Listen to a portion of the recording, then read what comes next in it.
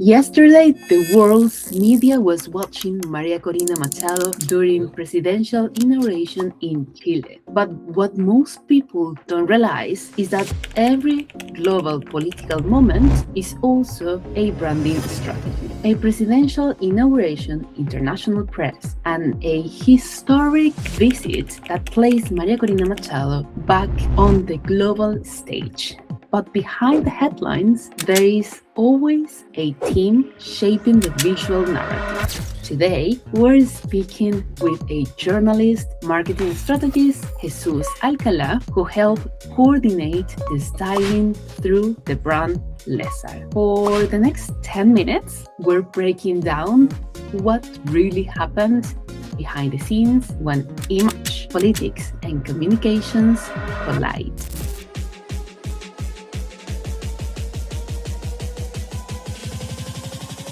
Every global political moment has a visual strategy behind it. And today we're covering what happened behind the scene in Chile. So the next time you see a historic political moment like this, remember, communication is not just words. It's the image, strategy, and storytelling. Jesus landing the styling account for the most important political figure in our country doesn't happen by accident. Let's welcome to Jesus Alcalá. He has almost 250,000 followers on Instagram. The world is watching what is happening today, his work, and that's why we're gonna break down exactly how you secure this account and execute the brief. Jesus, you are a journalist and a marketer. First of all, can you introduce yourself? Welcome to this space, and this is a safe space for you. Bely, thank you so much for having me. I'm very happy that we finally had the chance to break this into a more understandable message for people that is maybe not related to fashion or branding and might see everything related to image as something shallow when indeed it hides so much meaning, and every little decision can help you increase or just cut down your message. I am a fashion journalist. I'm graduated from the Catholic University in Caracas. I've been living here in Chile for about 9 years now. I came back to my roots as journalist, I would say 5 years ago, probably during the pandemic, and I started doing these little pieces about fashion history. I'm a very huge fan of haute couture and the big maisons in France and the big names like Charles Worth in UK and everything that helped build up this magic and this halo that we see around fashion and haute couture, that it's really an endangered species. I will say that today haute couture is a dying art, so it must be preserved. And that quietly helped me move into a position where I'm more capable of helping others create or make a more powerful personal image, whether that's for corporate life or entertainment. I think God really puts you where you should be, and it's been very organic for me, so I'm happy for it. There are so many amazing things that you just said. Definitely, when you're in the right path, you're gonna meet people that surround and build up that path that you are already constructing. So it's great what you're saying. It's exactly why I'm here. It's exactly why we connected. Fan of your work. I think you're doing a great work. You're building yourself a name. Politics are very hard to get in, and journalism into that area, it's so narrow. I won't say that it's easy to get into fashion journalism, but journalism in politics, it's very hard to get into. So I admire that. I really admire your determination. That's why I'm here. Thank you. That's fantastic. Now that you were yesterday in Chile in this presentation where Maria Corina was talking about Venezuela, the current situation, what happened after the 3rd of January, and you were part of that behind the scenes. You were part of that image, the image that she needs to show. So I would like to know your vision. When Maria Corina arrived to Chile, how important was the visual communication in shaping that message? What impact is giving that image that you helped to shape or to show? What was the core message you needed? The makeup, the jewelry, what message needed to be communicated through that important organization that you did for the international press, and how did you translate the abstract concept into these physical aesthetics? I would like to start with, she has a personal stylist, so her outfits were pretty fine. She asked me and my team about some decisions that she used again, and I think this is very kind of her not to be showing off new clothes, because she probably has a long list of designers that will be happy and more than pleased to dress her. But she's following this road of simplicity, putting the message out there, and her work, which is give Venezuela back her freedom and liberty. She wore the same Carolina Herrera suit that she used when she was in Oslo. I actually had the honor to vapor iron that piece. I felt like I was holding a historical piece. So the outfits were already pretty fine. They did let me and my team help with beauty, meaning that makeup, hair, and accessories, jewelry, and handbags. The first thing that I talked with her team was about her being able to wear something made locally, because we had a lot of great designers in Chile, Venezuelan designers also here in Chile. They were glad with that idea, and that made me very optimistic. Immediately, I ran to create this mood board slash proposal that I presented to her team that gather different pieces from different brands, from small brands. And at the very end, we decided to work with jewel maker. We had also bags and purse designer, but at the end, we didn't need that because she reused the Vanessa Farina Genesis bag, which she wore in Washington. We must have in mind that Vanessa Farina, her husband, was a political prisoner in Caracas, and she is a fashion professor at the Catholic University at Andres Bello. So I would say that's a piece that has a lot of meaning for Maria Corina, which is also a very pretty purse. I love it personally. We work around that, and the instruction that I gave to my team was make her look natural. I don't want her skin to look thick or unmatchy with the tones or too flashy, because she is her own show. Her personality is the main attraction. Her message is the main attraction. It shouldn't be fashion. It shouldn't be the hairdo. It shouldn't be makeup. No. So let's try to just quietly accompany that. And I'm very happy with Genesis Urdaneta, the makeup artist that is part of my team. I have a magazine here in Chile which is called Lesser, that is focused on national design, and she's been working with me for a long time now. And Valeria Valencia, she did the hair, and with the hair it was pretty simple.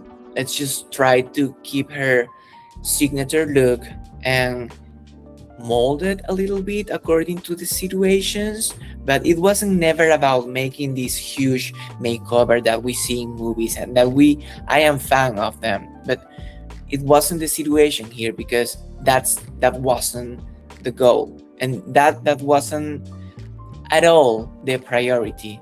And her team had that clear, we had it clear, and I would like to say that happily we accomplished that. She looked very natural in every video, photo, press tour. She looks so natural. She's already a good looking woman, so there wasn't much needed to do. But I would say maybe the hard parts were the timing, because she was loaded with responsibilities. So during the first day we had no more than 40 minutes, because of course she had a lot of meetings and she had to go to Valparaiso to the Congress for the change of government. And with the black dress, did you help with that? That was during that same day in the afternoon. Yes, we love that one. I think I empower the message. But again, what we want to clarify in this interview is that obviously you were part of the message that she was delivering. When she was using the blue dress later that day, I didn't want her to be something different. Party Maria Corina, no. The same leader in a state event. So we slightly modified her hair and maybe put a little bit more of uh, depth in her eye makeup, and that was it. A little bit of red in her lips, and that's it. And we tried to, even with the jewelry, the jewel maker, without knowing who the pieces were for, he created a set of 3 pearl necklace with Polynesian and Japanese pearls, beautiful, and 4 pairs of earrings in 48 hours without knowing who was the person who was going to use it, just because he knows me, and for that I'm very grateful. But when I told him when I pick up the jewelry, so Maria Corina will be using this, that guy couldn't hide his happiness. He's not Venezuelan, he's Chilean. He's a Chilean jewel maker. His name is Eric Alexander. So things like that, you can see how her 2 decades job, it's just creating union in a moment where differences are everywhere. Not only here in Chile, there are a lot of rough moments with cultural differences, and things like that make you feel more optimistic. And definitely having a healthy type of leadership like hers gives people a little bit of hope. That's why we stick to the colors gray and white and blue, the same that she was using on her clothes for the makeup and for the jewelry, so nothing will outshine her or her message.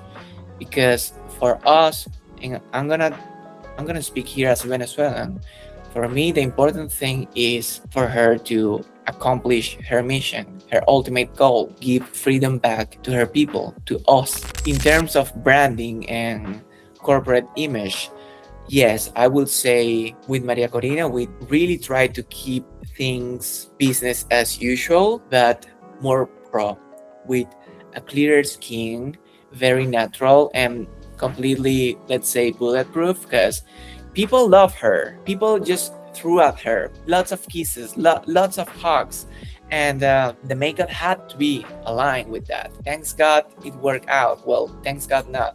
No, thanks Genesis, the makeup artist. Yeah, the organization is key.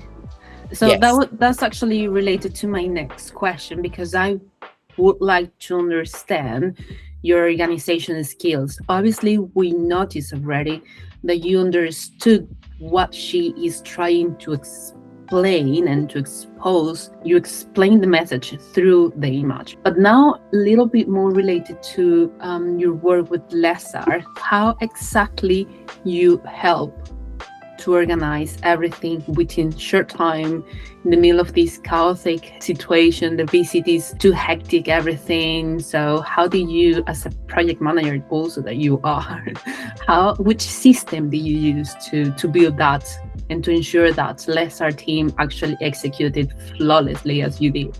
In business language, I just went with the MVP and prayed that that will work.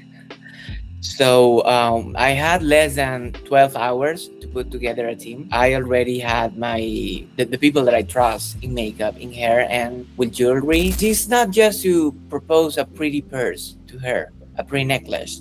It's also pick a brand that is morally oriented with her, because we don't want something to just blow up on our faces with someone that do not reflect her values. That was actually the tricky part, checking the background on each brand. And with the work process, again, it was very business as usual. We're already used to work under pressure at the magazine, and corporate life is also very live under pressure. I'm used to. The makeup artist, she's a dentist, a professional dentist, and her side job is to do makeup. It wasn't a team that was focused on one area. Each one of us had a bigger understanding on different aspects that really helped us put together a message that will resonate. Well, not put together a message, because because the message was already there and it was completely hers.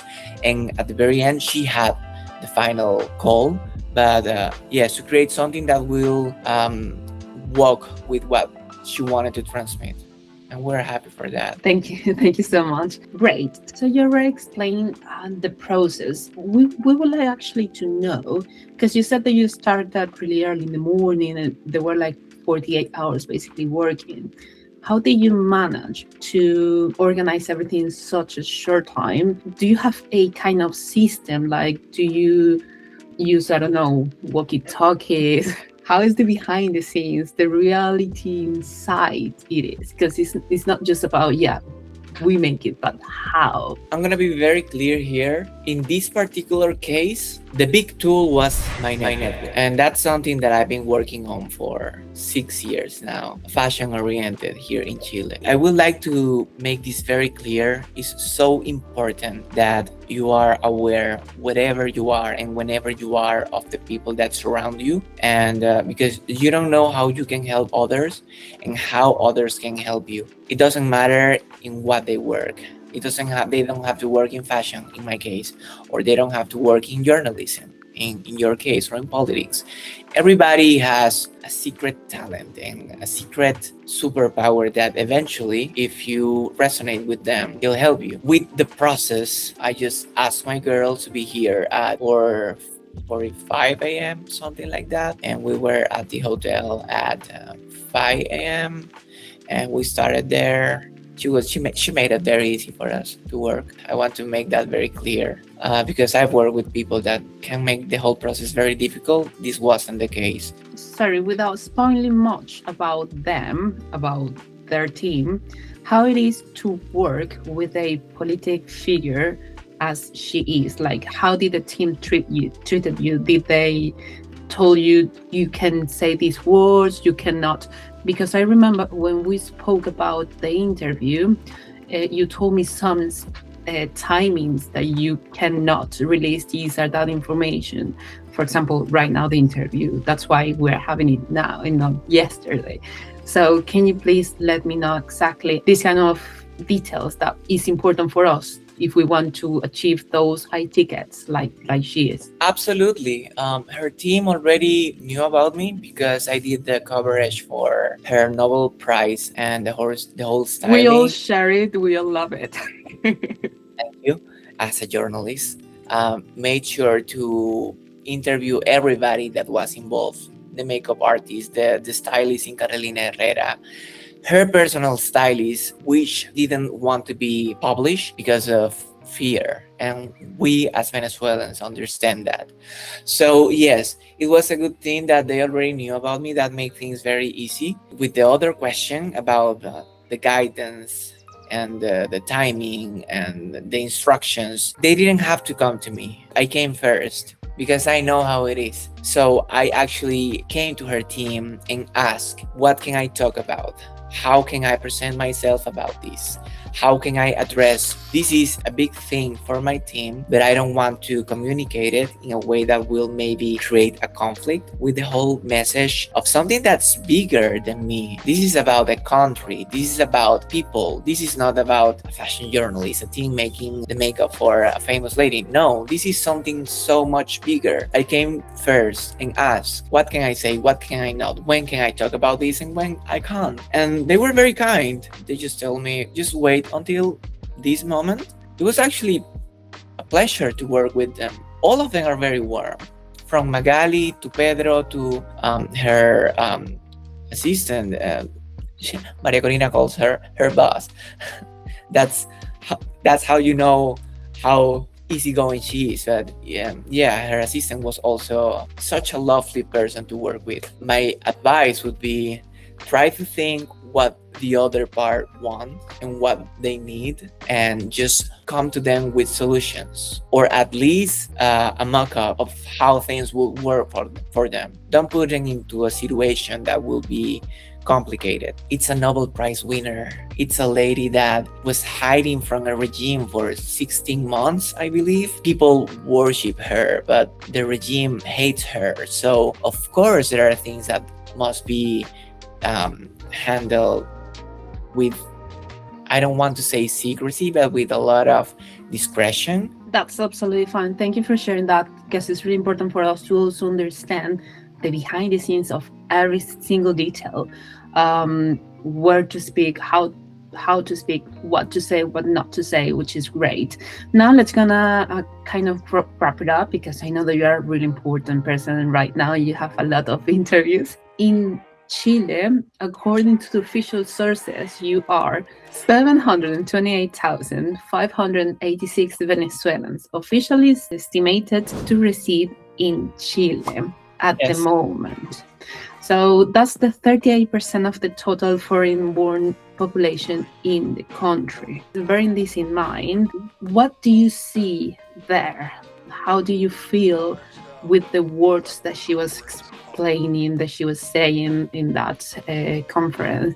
And after that, with this march or protest, or it was a concentration for people. So what do you know? How do you feel? People were amazed. It felt like a big family. It felt like a big family reunion. Many of us needed this for such a long time. This feeling of union, validation of us, good people, people that want to work, that want to have a decent life, that want to contribute to the societies that they're trying to integrate. Maria Corina was the frame of this necessity of community, of let's be together again. Let's, even though we're not in Venezuela, let's be together again. And she gave us that. And I think people are really happy and grateful. And in that concentration, she changed her outfit and she just went back to regular Maria Corina with a t-shirt and her ponytail and her Venezuela bracelets. And I love that. I really love that, because above all, she is a leader. She's a Venezuelan woman, of course. She's a mother, but she is our leader, and she's doing an amazing job bringing us together. So that was the whole sentiment here in Santiago, at least in the Venezuelan community. We were very happy. I love how you speak, and I'm so sad that we have such a short time. The next question, I really would like to carry on with this question, because I think it's really important for us to know. Do something like this. Follow your path. Follow our dreams, and take the leap, and carry on with what we think that is the good way for us to go. So as an entrepreneur or a journalist or a artistic career, how can we, even being immigrants, even being whoever we are, how can we take that? In other words, how can we embrace our authenticity? You also just talk about Maria Corina's authenticity, and I have to say something while you're thinking about the answer. I went to Oslo. I went to cover the when she received the Nobel Peace Prize, and yeah, definitely I can tell, I can feel. I remember when she came out from the grand balcony, how she was being her, super authentic. She waited for us to sing the anthem and to talk about her, and tell her we want freedom, thank you, we love you. And then she said like, okay, thank you so much, I'm tired, I haven't seen my family, I had the injury and everything. She even didn't see the doctor at the time. She was like, just wait a minute, just wait a minute, let me go down and say thank you and hug to everyone. So she's really authentic. Going back to the question, how do we embrace our authenticity, which is a message that you will leave to those younger or even older generation that wants to follow their dreams and they don't allow themselves? God, you make me feel like if I'm someone so successful and I'm just a guy trying to do his job. I would say, don't be afraid to fail. Don't be afraid to fail. Yes, I've chased so many projects in my life so many projects. Most of them have failed, but from them, whether they were a professional thing, a bad relationship, entrepreneurial, because yes, I also been through the lesser is the latest project. Each one of them have taught me something. Don't be afraid to fail. Just mute the noise from outside. There always be someone that will tell you maybe it's not the right time, but this is huge. Maybe just wait. You're not ready. You're never ready. You're never ready. I don't think any source of victory comes from being too cautious, and you just gotta sit and listen to successful people. Just understand that they took risks. They were aware that they might fail. They were aware that there was a huge loss that was possible, but just follow your guts. And in my case, don't be afraid to make some silly things. Don't be afraid to be the weird guy trying to do something different. Just do it, because, and this is for kids, that Dr. Seuss say this, those who matter won't matter, and those who will, they don't. I feel like Joy Tribbiani. Haters gonna hate. So that will be my advice as someone that hopefully is in the path for something bigger. And if not, I am already happy with the things that I achieved, and the network that I've made, and the people that I met along the way. So even if things ended today, I'll be happy. Because I haven't stopped. I've never been afraid of doing something, or being afraid of what others might think. I'm very proud that I've always I had this idea, I want to do it, I'll do it. They don't like it, well, too bad for them. It doesn't make sense for them, that sucks. It makes sense for me. So, and I think that any person, in whether that's a business life or even in your love life, that's something that you should have very present. Thank you so much. I'm so grateful to finally have you in my YouTube channel. This is such a short video about something urgent that happened, and when I found out that you were there, you knew that I will be really happy. I really wanted to tell you. I wanted to tell you from the moment that I secured the deal. But of course, the responsibility was huge, and I had to hold your horses. I had to be very respectful with what the team needed, with which whatever were her needs. I think we accomplished that. I hope they see it that way. They were very kind to us from the beginning until the very end. So hopefully this is just the first of many collaborations with her and her team. My team loved working with them.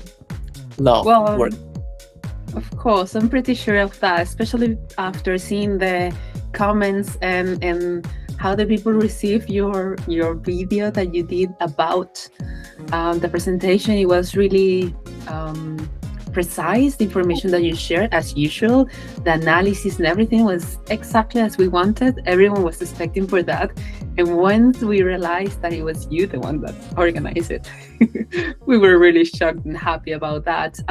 Just one more thing, just wanted to thank you for everything that you are doing right now as a Venezuelan, as a journalist, as a fashionist, as a human being.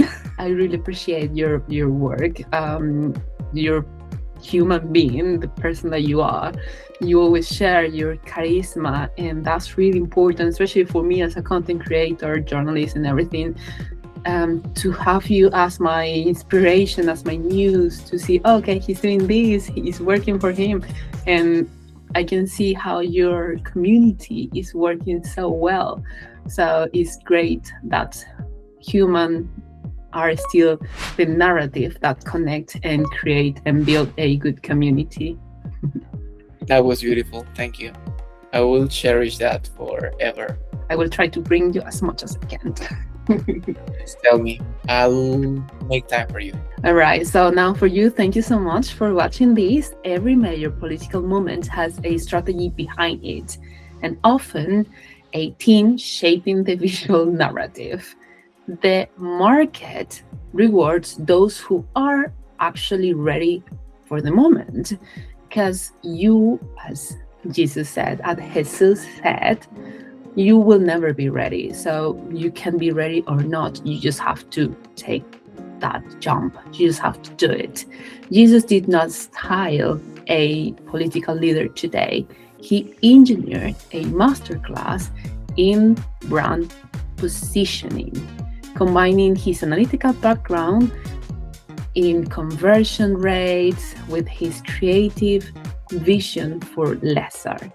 If you're a creative watching this, your art is your product, but your strategy is your business. Stop waiting for permission and start building the system that captures attention. Jesus, thank you for stepping out of the couch to share this with us. Everyone, the links for Lesser and for Jesus are in the section, and see you soon. Bye.